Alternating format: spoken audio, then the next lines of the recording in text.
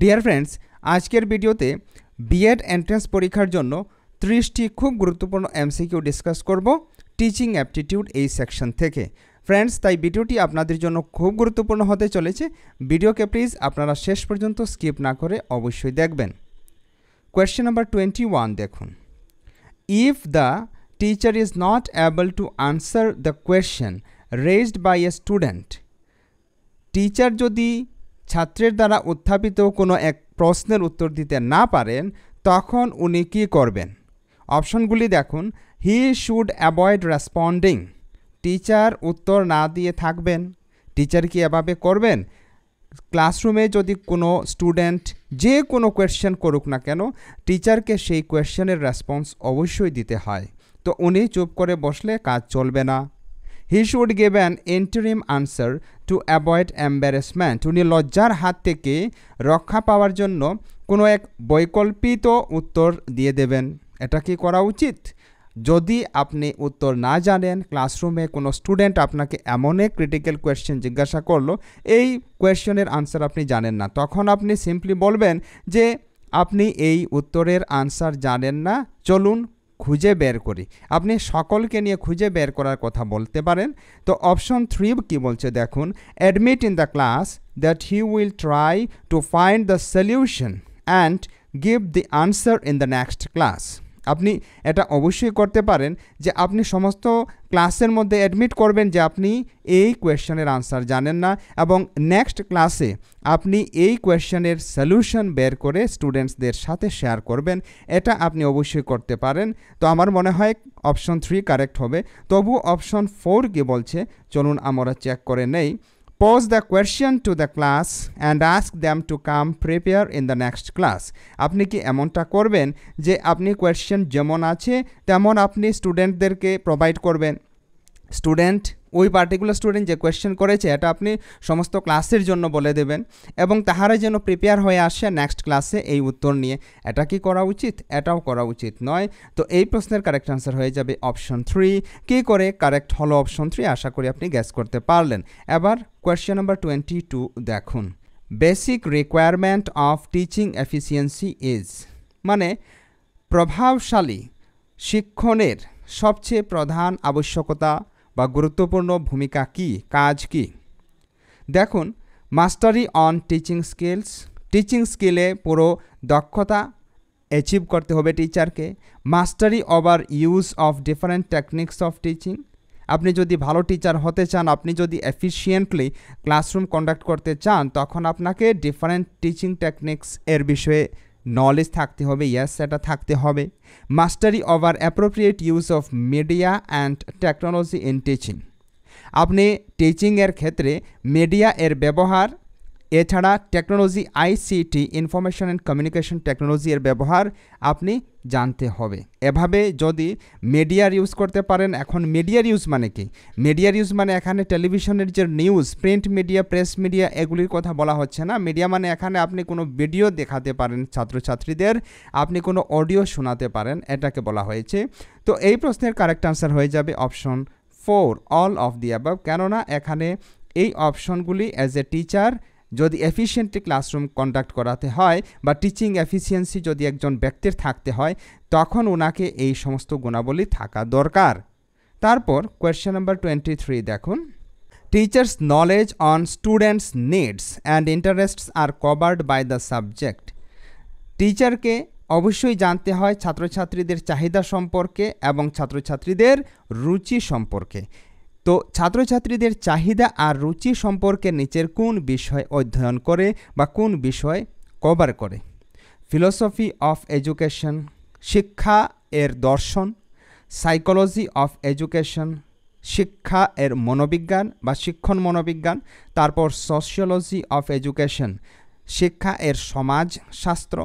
তারপর politics of education, শিক্ষা এর রাজনীতিবিজ্ঞান। তো এই প্রশ্নের কারেক্ট আনসার হবে option 2, psychology of education. Psychology of education স্টুডেন্টসদের নিড কি, স্টুডেন্টসদের চাহিদা কি, তাছাড়া স্টুডেন্টসদের অভিরুচি কি, সেটা নিয়ে আলোচনা করে থাকে। তারপর কোয়েশ্চেন নাম্বার 24 দেখুন।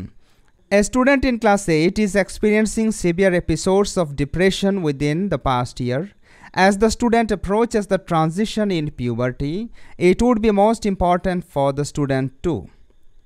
মানে অষ্টম শ্রেণীর কোনো এক ছাত্র বা ছাত্রী, এক বিদ্যার্থী ডিপ্রেশনে ভুগছে গত বছর থেকে, কারণ ওই স্টুডেন্ট এখন বয়ঃসন্ধিকালের সংক্রমণে আছে, মানে ও এখন পিউবার্টিতে পা দিচ্ছে।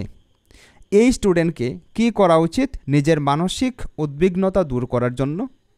কনসিডার চেঞ্জিং দ্য স্কুল, তাকে ওই বিদ্যালয়ে চেঞ্জ করা উচিত, বদলে নেওয়া উচিত। Develop friendships with peers who have similar problems, যে সমস্ত পিয়ার বা সহপাঠীদের একই ধরনের সমস্যা আছে সেই সমস্ত সহপাঠীদের সঙ্গে এই স্টুডেন্টের ফ্রেন্ডশিপ করা উচিত, বন্ধুত্ব করা উচিত। Rely only on family members for help, সাহায্যের জন্য শুধুমাত্র ফ্যামিলি মেম্বার, পরিবারের সদস্যদের উপর ন্যস্ত থাকা উচিত। তারপর learn to access counselling services as needed, এই বিষয়ের সমাধানের জন্য কাউন্সেলিং সার্ভিসের আবশ্যকতা বা প্রয়োগ করা উচিত। তো দেখুন, according to my opinion option 2 will be the correct answer. কেননা এই সময়ে মানে বয়ঃসন্ধিকালে সকল ছাত্রছাত্রীর এমনটা হয়। এই সময় আপনারা জানেন যে মনের মধ্যে বিভিন্ন ধরনের কল্পনা, অলিক স্বপ্ন আমরা দেখে থাকি যখন এই বয়স সন্ধিকাল আমরা পা দিই। তখন এই যে সমস্যা, এটা সকলের ক্ষেত্রেই প্রায় হতে পারে, ম্যাক্সিমাম স্টুডেন্ট এটা ফেস করে। তো ওই স্টুডেন্ট যদি অন্যান্য সহপাঠীদের সাথে সামিল করে নিজের সমস্যা, ওরা যদি মিলেমিশে নিজের সমস্যার ডিসকাস করে পার্সোনালি, তখন এটা বেটার হবে তাদের জন্য। তাই অপশন 2 হয়ে যাবে কারেক্ট আনসার। তারপর নেক্সট কোয়েশ্চেন দেখুন, the purpose of new education policy is to, নতুন শিক্ষানীতি 2020, আপনারা জানেন এই 2020-এর যে শিক্ষানীতি এর উদ্দেশ্য কী? প্রিপেয়ার এ নিউ কারিকুলাম, একটি নতুন কারিকুলাম বা পাঠ্যচর্যা তৈরি করা। Improve the quality of the education system, শিক্ষা ব্যবস্থার গুণগত মান উন্নয়ন করা। ইন্ট্রোডিউস যোগ ইন স্কুলস, বিদ্যালয়ে যোগকে আরম্ভ করা। Dealing the degree with education, ডিগ্রিকে শিক্ষার সঙ্গে থেকে ডিলিং করা বা আলাদা করা। The correct answer of this question is option 2, improve the quality of the education system, শিক্ষা ব্যবস্থার গুণগত মান উন্নয়ন করার জন্য 2020 সালের নতুন শিক্ষানীতি হাতে নেওয়া হয়েছে। তারপর কোয়েশ্চেন নাম্বার 26 দেখুন, বেস্ট টিচার ইজ ওয়ান, কোন শিক্ষককে সর্বোৎকৃষ্ট শিক্ষক বলা হবে? Who provides information related to the subject, যে টিচার শুধুমাত্র সাবজেক্ট সম্পর্কীয় ইনফরমেশন তথ্য প্রদান করে থাকেন। Who is friendly with students, যে টিচার ছাত্রছাত্রীদের সঙ্গে বন্ধুসুলভ আচরণ করে থাকেন, মিলেমিশে আচরণ করে থাকেন, মিলেমিশে থাকেন আর কি। Who inspire the students to explore their potentials, যে টিচার বিদ্যার্থীদের নিজের ক্ষমতা অনুযায়ী কাজ করার, নিজের ক্ষমতাকে বিকশিত করার জন্য উৎসাহ জুগিয়ে থাকেন। Who is very strict with the rules, যে টিচার নিজের নিয়মের সাথে খুব শক্ত থাকেন। তো এই প্রশ্নের কারেক্ট আনসার হবে option 2, who is friendly with students, কারণ টিচার যখন স্টুডেন্টসদের সাথে ফ্রেন্ডলি বিহেভিয়ার করে থাকেন তখন স্টুডেন্টসরা নিজের সমস্যা শেয়ার করে থাকে টিচারের সাথে কোনো দ্বিধা না করে। তাই অপশন 2 হয়ে যাবে কারেক্ট আনসার। কেননা যে টিচার স্টুডেন্টদের সাথে ফ্র্যাঙ্কলি ব্যবহার করে থাকেন সেই টিচারকে আমরা এখানে বেস্ট টিচার বলতে পারি। আর অপশন 3 যে ইন্সপায়ার স্টুডেন্টস, আপনি কী করে ইন্সপায়ার করবেন? আপনি যদি স্টুডেন্টসদের সাথে র্যাপো বিল্ড আপ করতে না পারেন তখন স্টুডেন্টসরা কি আপনাকে মানবে? স্টুডেন্টসরা কি আপনার ইনস্ট্রাকশন মানবে? আশা করি মানবে না। তাই অপশন 2 হবে কারেক্ট আনসার। আশা করি আপনি গেস করতে পারলেন কেন অপশন 2 হলো, কেন অপশন 3 হলো না। এবার নেক্সট কোয়েশ্চেন দেখুন, a good teacher can bring positivity among students by, একজন ভালো শিক্ষক ছাত্রছাত্রীদের মধ্যে পজিটিভিটি, সকারাত্মকতা কী করে আনতে পারেন? প্রমোটিং কম্পিটিশন বিটুইন দ্যাম, ছাত্রছাত্রীদের মধ্যে কম্পিটিশন এনে তাদের মধ্যে পজিটিভ থিঙ্কিং আনা যায় না, কম্পিটিশনের মাধ্যমে নেগেটিভ থিঙ্কিং আসে। যেমন আমরা যদি অ্যাজ এ টিচার স্টুডেন্টসদের মধ্যে কম্পিটিশন করিয়ে থাকি তখন যে স্টুডেন্ট ভালো পারফর্ম করতে পারবে না সেই স্টুডেন্ট হীনমন্যতায় ভুগবে এবং হতে পারে ওই স্টুডেন্ট, যে স্টুডেন্ট ভালো করে পারফরমেন্স দেখাচ্ছে সেই স্টুডেন্টসের প্রতি শত্রুভাবাপন্ন হতেও পারে, তাই এটা কারেক্ট আনসার হবে না। অপশন 2 কি বলছে, involving all the students in class work or interaction, সকল ছাত্রছাত্রীদেরকে ক্লাস ইন্টারাকশনে বা ক্লাসে যে কাজ দেওয়া হয় সেটাতে ইনভলভ করা, এটা অবশ্যই হতে পারে। অপশন 3 বলছে ডেলিগেটিং ওয়ার্ক টু অ্যাভাব অ্যাভারেজ স্টুডেন্টস, যে সমস্ত স্টুডেন্টসরা অ্যাভারেজ থেকে ভালো সেই সমস্ত স্টুডেন্টসদেরকে কাজ দিয়ে এভাবে করা যাবে না। তারপর delegating work to below average students, below average ছাত্রছাত্রীদেরকে হোমওয়ার্ক আরোপ করে, এটাও করা যাবে না, তাই অপশন 2 হবে কারেক্ট আনসার। তারপর কোয়েশ্চেন নাম্বার 28 দেখুন, during lunch break while playing children enact like teachers and students, this form of learning is known as, lunch ব্রেকের সময় ছাত্রছাত্রীরা খেলাধুলা করার সময় ওরা টিচারের মতো অ্যাক্টিং করছে আর ছাত্রছাত্রীর মতো অ্যাক্টিং করছে, এ ধরনের শিক্ষণকে কি বলা হয়? ক্লাসিক্যাল কন্ডিশনিং, এটাকে ক্লাসিক্যাল কন্ডিশনিং বলা হয় না। কগনিটিভ লার্নিং, এটাকে অবশ্যই কগনিটিভ লার্নিং বলা যেতে পারে। তবুও নেক্সট অপশন দেখি, বারবেল লার্নিং না, এখানে কোনো কিছু ওরা মুখস্থ করছে না মৌখিকভাবে, তাই এটাকে বারবেল লার্নিং বলা যাবে না। সোশিয়াল লার্নিং, তো এখানে 2 আর 4 এর মধ্যে অ্যাপ্রোপ্রিয়েট অপশন হলো অপশন 4 সোশিয়াল লার্নিং, কেননা এখানে ওরা গ্রুপের মধ্যে কাজ করছে। আপনারা খেয়াল করবেন, ওরা খেলাধুলার মাধ্যমে গ্রুপ বানিয়ে কাজ করছে। তো গ্রুপ বানিয়ে যখন স্টুডেন্টসরা শিখবে, লার্নিংকে অ্যাচিভ করবে, তখন এটাকে আমরা সোশিয়াল লার্নিং বলতে পারি। এখানে কগনিটিভ লার্নিংয়ের চেয়ে সোশিয়াল লার্নিং বেশি যুক্তিযুক্ত, তাই অপশন 4 কারেক্ট হবে। কোয়েশ্চেন নাম্বার 29 এখন দেখুন, to develop self confidence among students, a teacher, ছাত্রছাত্রীদের মধ্যে আত্মবিশ্বাস জাগানোর জন্য একজন শিক্ষককে কি করা উচিত? শুড এনকারেজ ইংলিশ স্পিকিং, দেখুন ইংলিশ স্পিকিং যদি শিখে নেই আমরা, তখন কি আমাদের কনফিডেন্স বুস্ট হবে? অবশ্যই না। ইংরাজি একটি ভাষা, এই ইংরাজি ভাষা শিখলে যে আপনি একদম চমৎকারিকভাবে উৎকৃষ্ট হয়ে যাবেন, আপনার কনফিডেন্স বুস্ট হয়ে যাবে, এসে যাবে না, সেটা কিন্তু লজিক্যাল নয়, কাট করে দিলাম। Option 2 should encourage punctuality in the classroom, শ্রেণীকক্ষের মধ্যে ডিসিপ্লিন, নিয়মানুবর্তিতাকে আপনি কায়েম রাখবেন, আপনি কি করবেন? উৎসাহিত করবেন। তারপর should encourage students two dress well, আপনি ছাত্রছাত্রীদেরকে ভালো করে পোশাক পরার জন্য বলবেন। পোশাক পরার সম্পর্ক সেলফ কনফিডেন্সের সঙ্গে নেই, মনে রাখবেন। সেলফ কনফিডেন্স, আত্মবিশ্বাস নিজের মন থেকে আসে, বাইরের জগৎ থেকে আসে না।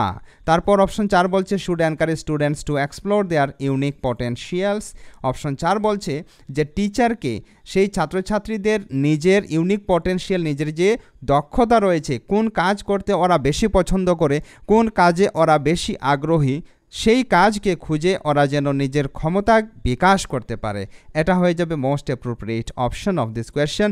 এভাবে যদি স্টুডেন্টসদের আমরা গাইড করি, যেমন মনে করুন আপনি শ্রেণীকক্ষে এমন অনেক স্টুডেন্টস পাবেন যে স্টুডেন্টসরা পড়াশোনায় ভালো হবে না, আর এটা মনে রাখবেন দিস ইজ ইন্ডিভিজুয়াল ডিফারেন্স, সকল স্টুডেন্ট এক সমানভাবে পড়াশোনায় ভালো হবে না, আপনি যতই চেষ্টা করেন না কেন। এটা হলো ইন্ডিভিজুয়াল ডিফারেন্স। কোনো ছাত্রছাত্রী দেখবেন খেলাধুলায় খুব ভালো, আবার কোনো ছাত্রছাত্রী দেখবেন খেলাধুলায় একদম ভালো না কিন্তু পড়াশোনায় ভালো। কোনো ছাত্রছাত্রী আবার দেখবেন এক্সারসাইজ করতে খুব ভালোবাসে, খুব ভালো করে করতে পারে। কোনো ছাত্রছাত্রী দেখবেন সঙ্গীতে খুব ভালো। তো এটা হলো এদের পটেনশিয়াল। তো এভাবে যে স্টুডেন্টের যে পটেনশিয়াল ক্ষমতা থাকবে সেটাকে আমরা আইডেন্টিফাই করে ছাত্রছাত্রীরা যাতে ওই পার্টিকুলার ফিল্ডের দিকে অগ্রসর হয়, সেটা আমরা এজ এ টিচার গাইড করা উচিত। তারপর কোয়েশ্চেন নাম্বার 30 দেখুন, which statement sweets most for an effective teacher, নিচের কোন স্টেটমেন্ট, কোন উক্তি একজন প্রভাবশালী শিক্ষকের সাথে জড়িত বা সবচেয়ে বেশি একজন প্রভাবশালী শিক্ষকের জন্য উপযুক্ত? Give lots of assignments to the students, যে শিক্ষক ছাত্রছাত্রীদের অনেক কাজ দেন, ওই টিচার কি একজন ইফেক্টিভ টিচার? না, শুধুমাত্র বেশি হোম টাস্ক, বেশি অ্যাসাইনমেন্ট প্রোভাইড করলে ইফেক্টিভ টিচার হওয়া যায় না। Impress the students with fluent English in the class, ছাত্রছাত্রীদের ভালো ইংলিশ বলে উনি ইমপ্রেস করলেন শ্রেণীকক্ষে, এটা কি ওনার ইফেক্টিভনেস? না, এটা ইফেক্টিভ টিচিং নয়, because English is a particular language. শুধুমাত্র আপনি ইংলিশ যদি বলতে পারেন তখন আপনি ভালো হয়ে যাবেন না, সকল সাবজেক্টে খেয়াল করবেন। Take regular class tests in the class, যে ক্লাসের মধ্যে নিয়মিত ক্লাস টেস্ট কন্ডাক্ট করে থাকেন উনি কি এফেক্টিভ টিচার? শুধুমাত্র ক্লাস টেস্ট নিলে এফেক্টিভ টিচার হওয়া যায় না। Relate the subject with the real life situations or examples, দৈনন্দিন জীবনের সঙ্গে মানে বাস্তব জীবনের সঙ্গে যে টিচার মিলিয়ে নিজের পাঠদান করে থাকেন সেই টিচারকে আমরা ইফেক্টিভ টিচার বলতে পারি। Therefore option 4 is the correct answer. তারপর কোয়েশ্চেন নাম্বার 31 দেখুন, progressive education is focused on, প্রগতিবাদী শিক্ষা কিসের উপর কেন্দ্রিত? অপশনগুলি হলো প্যাসিভ লার্নিং, প্রগতিশীল শিক্ষা প্যাসিভ লার্নিংয়ের উপর আধারিত নয়। অ্যাক্টিভ লার্নিং, এস, প্রগতিশীল শিক্ষা অ্যাক্টিভ লার্নিংয়ের উপর আধারিত। আর অপশন 3 বলছে স্টিরিওটাইপ লার্নিং, মানে রূঢ়িবাদী, যেমন ছেলে মেয়ে এ ধরনের যে বৈষম্য থাকে সেটা বর্ণ বৈষম্য, লিঙ্গ বৈষম্য ইত্যাদিকে স্টিরিওটাইপিং বলা হয়, এটা হবে না। ট্র্যাডিশনাল লার্নিং, পরম্পরাগত শিক্ষা, এটাও হবে না। তো কী করে আনসার? অপশন 2 হলো, আপনি আশা করি বুঝলেন। এবার কোয়েশ্চেন নাম্বার 32 দেখুন কি বলছে। সিসিই স্ট্যান্ডস ফর, সিসিই এর পুরো নাম কি? দেখুন সিসিই এর পুরো নাম হলো continuous and comprehensive evaluation. Option 3 is the correct answer. তারপর কোয়েশ্চেন নাম্বার 33 দেখুন, the integrated child development services scheme, এটাকে আইসিডিএস বলা হয়। এই আইসিডিএস এর মধ্যে কি কি থাকে? মানে আঙ্গনবাড়ি যে আমাদের ভারতবর্ষে আছে, যে আঙ্গনবাড়িতে ছোট ছোট শিশুদের পাঠদান করা হয়, আপনারা জানেন। ছোট ছোট শিশুদের কিছু খাদ্য সরবরাহ করা হয়, পোশাক মানে ইউনিফর্ম সরবরাহ করা হয়, তারপর বিভিন্ন টিএলএম, বিভিন্ন ধরনের খেলনা প্রদান করা হয়। তো এটার মধ্যে কি কি থাকে দেখুন, সাপ্লিমেন্টারি নিউট্রিশনিয়াস কিছু খাদ্যদ্রব্য সরবরাহ করা হয়, তাছাড়া হেলথ চেক আপ করা হয় শিশুদের, তাছাড়া এটা হলো প্রি স্কুল এডুকেশন, একটি ছাত্র বা ছাত্রী বিদ্যালয়ে ভর্তির পূর্বে আঙ্গনবাড়িতে গিয়ে এ সমস্ত সার্ভিস নিয়ে থাকে। তাই এই প্রশ্নের কারেক্ট আনসার হবে option 4, all of the above. তারপর কোয়েশ্চেন নাম্বার 34 দেখুন, টেট রেফার্স টু, টেট মানে কি? টেটের পুরো নাম হলো টিচার্স এলিজিবিলিটি টেস্ট, মনে রাখবেন। তারপর কোয়েশ্চেন নাম্বার 35 দেখুন, the term pedagogy refers to, pedagogy কিসের সাথে সম্পর্কযুক্ত বা প্যাডাগজি এর অভিপ্রায় কি? দেখুন method and practice of teaching, yes, pedagogy এর অভিপ্রায় হলো মেথড মানে শিক্ষণের বিধি বা শিক্ষণ তত্ত্ব, আর প্র্যাকটিস অফ টিচিং কী করে আমরা ভালো করে পাঠদান করতে পারি সেটা নিয়ে আলোচনা করে থাকে প্যাডাগজি। তাই অপশন 1 হয়ে যাবে কারেক্ট আনসার। অপশন 2 বলছে চাইল্ড নিউট্রিশনিস্ট, না, এটা নিউট্রিশন নিয়ে কথা বলে না, এটা স্পেশাল কাইন্ড অফ স্কুলসও নয়, এটা চাইল্ডস লার্নিং লেভেলও নয়, এটা method and practice of teaching, মনে রাখবেন। তারপর কোয়েশ্চেন নাম্বার 36 দেখুন, girls should be encouraged to have education because, মানে মেয়েদের শিক্ষার জন্য উৎসাহ প্রদান করা উচিত কারণ girls are generally more intelligent than boys, না, এটা আমরা বলতে পারি না, কারণ গার্লস বয় জেন্ডারের উপর আধারিত নয় কোনো ব্যক্তির বুদ্ধি। তারপর girls are more hard working than boys, এটাও বলা যাবে না যে মেয়েরা শুধুমাত্র ছেলেদের চেয়ে বেশি পরিশ্রমী। তারপর education of girls is an important method of bringing social change, yes, সমাজের পরিবর্তন আমরা যদি করতে চাই তখন মেয়েদের শিক্ষিত করতে হবে, কারণ আমরা ছোটোবেলায় যে সমস্ত বিষয়ে কিছু একটা জ্ঞান আহরণ করেছি, কার সাথে কিভাবে কথা বলতে হয়, আমরা যে বর্ণ শিখেছি এটা আমাদের মাতৃর কাছ থেকে শিখেছি। তো মাতৃশিক্ষা বা female education is very important for changing the society. তারপর কোয়েশ্চেন নাম্বার 37 দেখুন, an effective teacher will ensure, একজন প্রভাবী শিক্ষক কিসের সুনিশ্চয়তা প্রদান করেন? কমপ্লিশন অফ লেসন, পাঠের শেষ করার জন্য না, শুধু পাঠের শেষ করা একজন এফেক্টিভ টিচারের কাজ নয়। কম্পিটিশন অ্যামং স্টুডেন্টস, দেখুন কম্পিটিশন অ্যামং স্টুডেন্টস এটা হলো নেগেটিভ ওয়ার্ড, মনে রাখবেন। যদি নেগেটিভ নকারাত্মক প্রশ্ন জিজ্ঞাসা করা না হয় তখন আপনি এটা সঙ্গে সঙ্গে কাট করে দেবেন। কম্পিটিশনের মাধ্যমে স্টুডেন্টসদের মনে ফোবিয়া বৃদ্ধি পায়, স্টুডেন্টসদের মনে অ্যাংজাইটি বৃদ্ধি পায়, খেয়াল করবেন।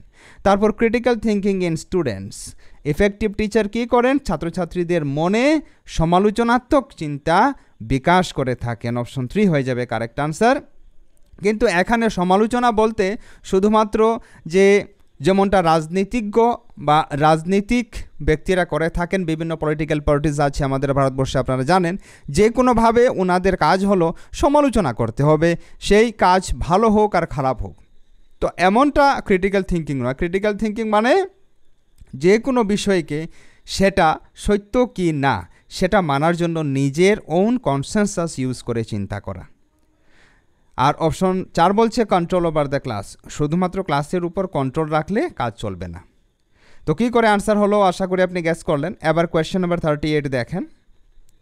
The quality of teaching can be assessed by the, টিচিংয়ের কোয়ালিটি কী করে অ্যাসেস করা যায়, কী করে যাচাই করা যায়। রেজাল্ট ইন অ্যানুয়াল এক্সাম, শুধুমাত্র অ্যানুয়াল পরীক্ষার রেজাল্ট দেখে টিচিংয়ের কোয়ালিটি যাচাই করা যায় না। অ্যাটেন্ডেন্স অফ স্টুডেন্টস, ছাত্রছাত্রীরা ক্লাসে কতটুকু অ্যাটেন্ডেন্স দিচ্ছে, কতটুকু হাজির হচ্ছে সেটা দেখেও teaching quality can not be judged. তারপর quality of interaction of students in the class, ছাত্রছাত্রীদের কোয়ালিটি অফ ইন্টারাকশন মানে তাদের মিথস্ক্রিয়া দেখে শ্রেণীকক্ষে আমরা বুঝতে পারি যে টিচিং এফেক্টিভলি হচ্ছে কি না। Therefore option 3 is the correct answer. আর অপশন 4 বলছে সাইলেন্স ইন দ্য ক্লাস, শুধুমাত্র ক্লাসরুমে যদি আওয়াজ না থাকে, শান্তি থাকে, তখন এটাকে কি আপনি ইফেক্টিভ ক্লাসরুম বলবেন? মোটেই না। কী করে আনসার হলো আশা করি আপনি গ্যাস করলেন। কোয়েশ্চেন নাম্বার 39 এবার দেখুন। Which of the following is the most important characteristic of open text based assessment system. Open text based assessment system আমি আগের ভিডিওতে আলোচনা করেছি। এমন একটি সিস্টেম যে সিস্টেমে পরীক্ষা কী করে হয়, ইভ্যালুয়েশন কী করে হয়, বই দেখে দেখে হয়। এখানে স্টুডেন্টসদের বই হাতে তুলে দেওয়া হয়, টেক্সট বুক, এবং বই দেখে যদি ওরা উত্তর করতে পারে তখন সেটা অ্যালাউ করা হয়। এ ধরনের পরীক্ষার নাম হলো ওপেন টেক্সট বেসড অ্যাসেসমেন্ট। কিন্তু এই অ্যাসেসমেন্টে বই দেখে ছাত্রছাত্রীরা আনসার করতে পারবে না ডাইরেক্টলি, কেননা এখানে ক্রিটিক্যাল থিঙ্কিং অ্যাপ্লাই করে ছাত্রছাত্রীরা আনসার করতে হয়। মানে এমন কোনো কোয়েশ্চেন এখানে ডাইরেক্টলি জিজ্ঞাসা করা হয় না যে কোয়েশ্চেনের আনসার টেক্সট বুকের মধ্যে থাকে। তো দেখুন কি হবে correct answer. Students become serious, এভাবে ওপেন টেক্সট বুকের এক্সামিনেশন নিলে কি ছাত্রছাত্রীরা সিরিয়াস হয়ে যাবে, মনোযোগী হয়ে যাবে? অবশ্যই না। Improves attendance in the classroom, মানে বই দেখে পরীক্ষা দেওয়ার সুযোগ রয়েছে, চল ভাই আমি অ্যাডমিশন নেব, এভাবে বলে ছাত্রছাত্রীদের হুড় পড়ে যায়। এটা কি সত্য? মোটেই না, কেননা এখানে তো কোয়েশ্চেনের আনসারই পাবে না খুঁজে ওরা। তারপর অপশন 3 বলছে reduces examination anxiety among students, ছাত্রছাত্রীদের মধ্যে পরীক্ষার যে উদ্বিগ্নতা, পরীক্ষার যে চাপ, পরীক্ষার যে চিন্তা সেটা কম করতে সাহায্য করে। এটা অবশ্যই করে না, কেননা ছাত্রছাত্রীরা এখানে চিন্তা করে উত্তর লিখতে হয়, বইয়ের মধ্যে থেকে ডাইরেক্টলি সরাসরি কোয়েশ্চেন জিজ্ঞাসা করা হয় না। তারপর অপশন 4 বলছে কম্পেলস স্টুডেন্ট টু থিঙ্ক, বিদ্যার্থীদের চিন্তা করার জন্য বাধ্য করা হয়, মানে চিন্তা না করলে ওরা লিখতে পারবে না, এমন কোয়েশ্চেন প্রোভাইড করা হয় এক্সামে। তো অপশন 4 হয়ে যাবে correct answer. Open text book এক্সামে এমন করা হয়, ছাত্রছাত্রীদের চিন্তা করতে বাধ্য করা হয়। তারপর কোয়েশ্চেন নাম্বার 40 দেখুন। স্কুল এডুকেশন এইমস অ্যাট, বিদ্যালয়ের শিক্ষা কিসের উপর উদ্দেশ্য করে প্রতিষ্ঠিত? দেখুন, harmonising the needs of the child, প্রথমে বিদ্যালয়ের শিক্ষা কি করবে? শিশুর যে চাহিদা সেটাকে পূরণ করবে। And demands of the society, আর সমাজের যা চাহিদা সেটাও পূরণ করবে। For the benefit of both, উভয়ের লাভের জন্য। উভয়ের লাভ বলে তো ছাত্রের লাভ এবং সমাজের লাভ এখানে জড়িত আছে। তো মনে রাখবেন, আমরা স্কুল বানিয়েছে সরকার বা বিভিন্ন প্রাইভেট বিদ্যালয় আমাদের দেশে অনেক রয়েছে। এগুলি কেন? এগুলি সমাজের চাহিদা, এরই সাথে ছাত্রের ব্যক্তিগত চাহিদাকে পূরণ করার জন্য বানানো হচ্ছে। এটা উত্তর হয়ে যাবে কারেক্ট। তারপর অপশন 2 বলছে making the child able to get job, শুধুমাত্র চাকরির জন্য স্কুল বানানো হচ্ছে না, স্কুলের শিক্ষা প্রদান হচ্ছে না। Preparing the school program according to the need of the child, এখানে বিদ্যালয়ের শিক্ষা কি ছাত্রের প্রয়োজনের উপর আধারিত? এটা অবশ্যই হতে পারে, কিন্তু মোস্ট অ্যাপ্রোপ্রিয়েট অপশন 1 হবে। তারপর কোয়েশ্চেন নম্বর 41 দেখুন। টিচার্স প্রাইমারি রেসপন্সিবিলিটি ইজ, একজন টিচারের প্রধান দায়িত্ব কি? প্ল্যানিং এডুকেশনাল এক্সপিরিয়েন্সেস, শিক্ষা সম্পর্কীয় অনুভবের যোজনা বানানো, পরিকল্পনা তৈরি করা। Yes, it is a responsibility of a teacher. তারপর ইমপ্লিমেন্টিং পলিসিস, বিভিন্ন ধরনের পলিসি আছে সেগুলিকে অ্যাপ্লাই করা, শিক্ষা পলিসি আছে, তারপর টিচিং মেথড আছে, কিভাবে কোন মেথড প্রয়োগ করলে ছাত্রছাত্রীরা ভালো করে শিখতে পারে, it is based on teacher. তারপর কিপিং স্টুডেন্টস রেকর্ডস, ছাত্রছাত্রীদের রেকর্ড রাখতে হয় আমাদের এজ এ টিচার, কোন ছাত্র কিভাবে পারফর্ম করছে সেটা জানার জন্য এটাও আমাদের করতে হয়। তাই অল অফ দি অ্যাবাভ হয়ে যাবে কারেক্ট আনসার। কোয়েশ্চেন নাম্বার 42 দেখুন, while dealing with indisciplined students a teacher should, যে সমস্ত ছাত্রছাত্রীরা নিয়মানুবর্তী নয়, নিয়ম মানতে পছন্দ করে না, এ সমস্ত ছাত্রছাত্রীদের সঙ্গে টিচার কি করে ডিল করবেন, কি করে উনি ব্যবহার করবেন। পানিশ দেম, উনি কি শাস্তি দেবেন? না, শাস্তি আপনি কোনো অর্থেই ছাত্রছাত্রীদের প্রদান করতে পারবেন না, এটা যেন আপনার খেয়াল থাকে। Talk with them and guide and channelise their potentialities in constructive ways, তাদের সঙ্গে আপনি কথা বলতে পারেন, তাদেরকে আপনি পথ দেখাতে পারেন as a philosopher, as a guide. তারপর তাদের যে ক্ষমতা রয়েছে, তাদের যে ল্যাটেন্ট পাওয়ার রয়েছে, তাদের যে সুপ্ত ক্ষমতা রয়েছে, দক্ষতা রয়েছে, সেটার বিকাশের জন্য আপনি তাদেরকে উৎসাহিত করতে পারেন। তাই 2 হয়ে যাবে কারেক্ট আনসার। তবু 3, 4 কি বলছে দেখুন, কমপ্লেন না, কমপ্লেন করলে লাভ হবে না, নান অফ দি অ্যাবাভ। তো কী করে কারেক্ট আনসার হলো অপশন 2, আশা করি আপনি গেস করতে পারলেন। এবার কোয়েশ্চেন নাম্বার 43 দেখুন। ফ্রেন্ডস, আপনারা ভিডিও যদি ভালো পান, ভিডিও যদি আপনাদের ভালো লেগে থাকে তাহলে প্লিজ লাইক করবেন আর চ্যানেলকে সাবস্ক্রাইব করবেন। তো কোয়েশ্চেন নাম্বার 43 কি বলছে দেখুন, dash measure the extent of students learning in a given content area. তো কোন টেস্ট এটাকে, যে একটি এক্সটেন্ট এরিয়া মানে কোনো এক পার্টিকুলার সাবজেক্টের কতটুকু ভালো হলো, কতটুকু শিখতে পারলো একজন ছাত্র বা ছাত্রী, সেটা যাচাই করে। অ্যাচিভমেন্ট টেস্ট, এটা হয়ে যাবে অ্যাচিভমেন্ট টেস্ট। অ্যাচিভমেন্ট টেস্টের মাধ্যমে আমরা এটা মাপতে পারি কিছুটা, যে ছাত্র কোনো পার্টিকুলার সাবজেক্টে কতটুকু ভালো বা কতটুকু জ্ঞান অর্জন করতে পেরেছে। অ্যাপটিটিউড টেস্টও হবে না, ডায়াগনস্টিক টেস্টও হবে না, রেডিনেস টেস্টও হবে না। তারপর কোয়েশ্চেন নাম্বার 44 দেখুন, ইফেক্টিভ টিচিং মিনস, প্রভাবশালী শিক্ষণ বলতে কি বোঝায়। Teacher is active but students may or may not be active. Teacher এখানে অ্যাক্টিভ থাকবেন, কিন্তু ছাত্রছাত্রীরা অ্যাক্টিভ থাকতেও পারে, নাও থাকতে পারে না। ছাত্র এবং শিক্ষক উভয়ের অ্যাক্টিভ থাকতে হবে। তারপর teacher may be active, teacher active থাকতে পারেন, অর ইনঅ্যাক্টিভও থাকতে পারেন, কিন্তু স্টুডেন্টস আর অ্যাক্টিভ না, উভয়ে অ্যাক্টিভ থাকতে হবে, এটাও কাট করব। তারপর teacher is active, students are active, yes this is the right answer. Effective টিচিংয়ের মধ্যে টিচার স্টুডেন্ট উভয়ই অ্যাক্টিভলি পার্টিসিপেট করতে হয়। তারপর কোয়েশ্চেন নাম্বার 45 দেখুন, questioning skill in teaching is most useful in. টিচিংয়ের মধ্যে বা শিক্ষণের মধ্যে কোয়েশ্চেনিং স্কিল, আপনি যে ছাত্রছাত্রীদের প্রশ্ন জিজ্ঞাসা করে থাকেন, অ্যাজ এ টিচার আমরা প্রায় সময় ছাত্রছাত্রীদের বিভিন্ন প্রশ্ন জিজ্ঞাসা করি। এই প্রশ্ন জিজ্ঞাসা করার দক্ষতা আমাদেরকে কিসে সাহায্য করে? Ensuring students active participation in learning. প্রশ্ন জিজ্ঞাসা করার মাধ্যমে আমরা এটা এনশিওর করতে পারি যে ছাত্রছাত্রী আমাদের ক্লাসরুমে কতটুকু মনোযোগ দিয়ে শ্রবণ করছে। তো 1 হয়ে যাবে কারেক্ট আনসার। তবুও নেক্সট অপশন আমি দেখি, চলুন। মেমোরাইজিং ফ্যাক্টস, দেখুন মেমোরাইজিং আপনি যখন পাবেন কাট করে দেবেন, মেমোরাইজিং একটি নেগেটিভ ওয়ার্ড। তারপর মেকিং স্টুডেন্টস ডিসিপ্লিনড, আপনি শুধুমাত্র ছাত্রছাত্রীদেরকে নিয়মানুবর্তী করে সেই কাজ করতে পারবেন না, মানে কোয়েশ্চেনিং স্কিলের মাধ্যমে আপনি ছাত্রছাত্রীদের ডিসিপ্লিনড করতে পারবেন না।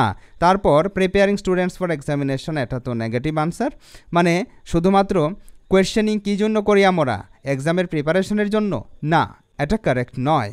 তারপর কোয়েশ্চেন নাম্বার 46 দেখুন, as a teacher your main responsibility is two.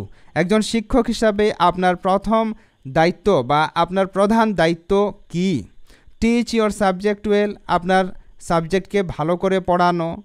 Evaluate the students, ছাত্রছাত্রীদের মূল্যায়ন করা।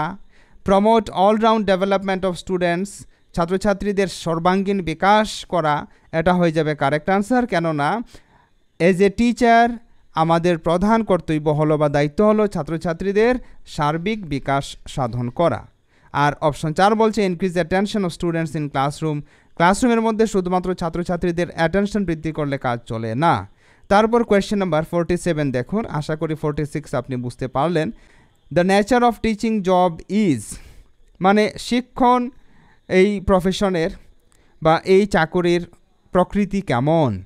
ম্যানেজারিয়াল, আমরা টিচার হিসাবে কি ম্যানেজারের মতো কাজ করে থাকি, অ্যাডমিনিস্ট্রেটিভ আমরা কি প্রশাসনিকভাবে কাজ করে থাকি, সার্ভিস ওরিয়েন্টেড সেবামূলক বা সেবাকেন্দ্রিত কাজ করে থাকি, প্রফেশনাল পেশাভিত্তিক বা ব্যবসায়িক। এখানে টিচিং জব হলো একটি সার্ভিস ওরিয়েন্টেড জব বা চাকুরি, যেখানে আমরা সেবা প্রদান করে থাকি সমাজের মঙ্গলের জন্য।